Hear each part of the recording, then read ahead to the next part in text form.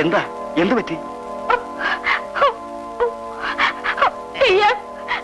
ഇയാൾ എനിക്ക് റബ്ബർ ഫാക്ടറിയിൽ ജോലി വാങ്ങിച്ചു തരാമെന്ന് പറഞ്ഞ് വശീകരിച്ച് ഇവിടെ കൊണ്ടുവന്നു. ഇല്ല, ഇവള് പറയുന്ന നുണയാണ്. ഞാനൊന്നും ചെയ്തിട്ടില്ല. ഞാൻ എന്ത് ചെയ്താ പറഞ്ഞത്?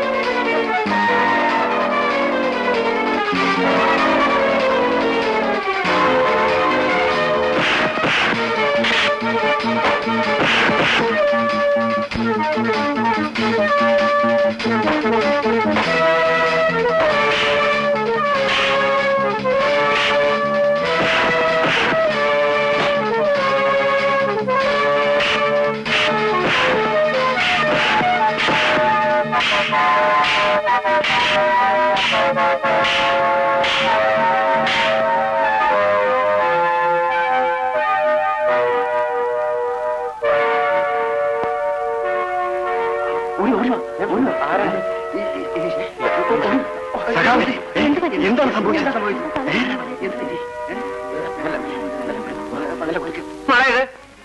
ഇതൊരു കുട്ടികളെ എന്നാണോ എന്റെ വിചാരം? അമ്മ, ഞാൻ പറയുന്നൊന്ന് വിശ്വസിക്കൂ. നോ നോ നോ നോ, പാവപ്പെട്ട പെൺകുട്ടികൾക്ക് ജോലി വാങ്ങിച്ചു കൊടുക്കാന്ന് പറഞ്ഞ് അമ്മയെങ്കിലും എന്നെ ഒന്ന് വിശ്വസിക്കൂ. ആ പെണ്ണ് ഇങ്ങോട്ട് കയറി വന്നതാണ്. ഒരു പെണ്ണ് ഇങ്ങോട്ട് കയറി വന്നു? ഞാൻ അഭിമാനമുള്ള ഒരു തൊഴിലാളി പ്രവർത്തകനാണ്. മുതലാളിമാർ കാണിക്കുന്ന ആഭാസത്തരങ്ങളുടെ 1000-ൽ-1 അംശം കാണിച്ച ചരിത്രം തൊഴിലാളി വർഗത്തിന് പരിചയമില്ല.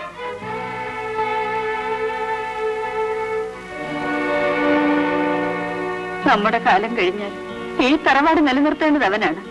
പണത്തിനുള്ള ആർത്തിയുടെ പേരിൽ എന്റെ മോനെ എന്നിൽ നിന്ന് അകറ്റരുത്. ആരും ആരെ അകറ്റുന്നില്ല.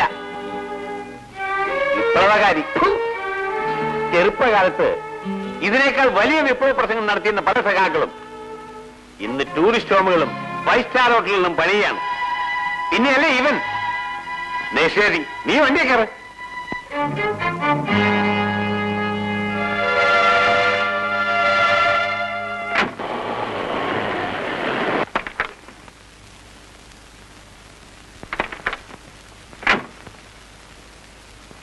തീരുമാനിച്ചോ?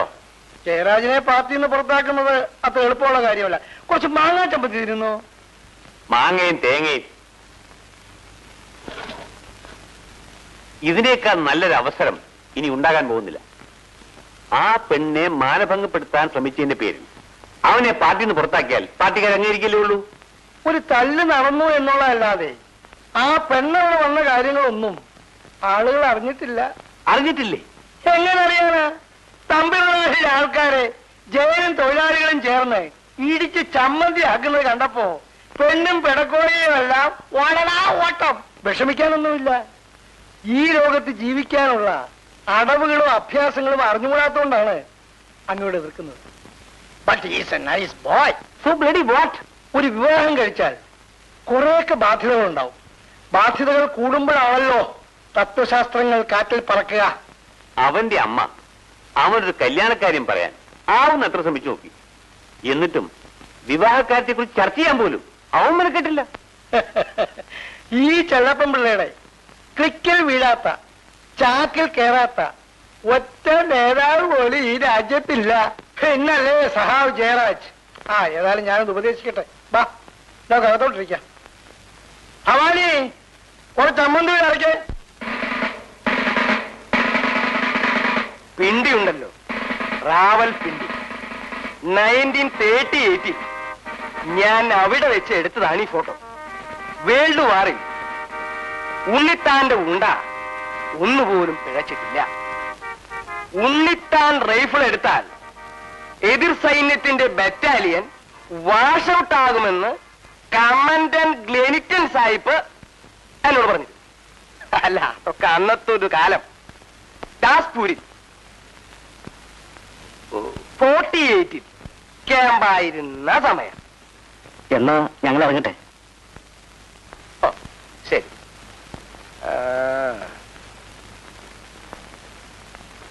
14, 15, 16, 17, 18, 19, 20, 21, 22, 23.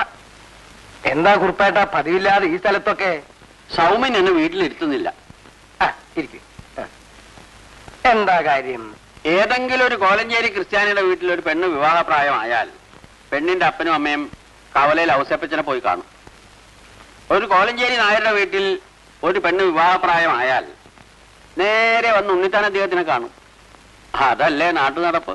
പൂർണിമ കുട്ടിക്ക് അതിനിപ്പോ കല്യാണപ്രായമൊന്നും ആയില്ലല്ലോ. അവള് പഠിക്കല്ലേ? പെമ്പിള്ളേര് പഠിച്ചു പാസ്സായിട്ട് എന്തിനാണ് ആ സൗമ്യയുടെ ചോദ്യം. ഉണ്ണിത്താൻ ഒരു കാര്യം ചെയ്യും, അവക്ക് പറ്റിയൊരു ചെറുക്കനെ കണ്ടുപിടിക്കണം. പഞ്ഞിപ്പറമ്പത്ത് പെൺകൊച്ചിന് ഒരു ചെക്കനെ കിട്ടാനാ പാട്. എന്താ തറവാട്, എന്താ പാരമ്പര്യം. തറവാട്ട് മഹിമ കൊണ്ട് മാത്രമായോ ഉണ്ണിത്താന്? എത്രയോ കല്യാണങ്ങൾ നടത്തി ശീലിച്ചവനാ ഈ മിലിറ്ററി ഉണ്ണിത്താൻ. ഇപ്പോഴത്തെ ആമ്പിള്ളേരൊക്കെ പുരോഗമന ചിന്താഗതിക്കാരാ. പണവും സ്ത്രീധനവും നോക്കുന്നവരൊക്കെ വെറും കൺട്രികളായിരിക്കും. അണ്ടിയോട് അടുക്കുമ്പോ മാത്രമേ പൊളിപ്പ് മനസ്സിലാവൂ. കുറുപ്പേട്ടനൊന്നും മിണ്ടാതിരിക്കും. ഒറ്റ ആഴ്ചക്കകം ഈ മിലിറ്ററി ഉണ്ണിത്താൻ പിഡിഗ്രി കാർഡുള്ള ഒരു ചെക്കന്റെ തലക്കുറിയും കൊണ്ട് അങ്ങോട്ട് വന്നേ.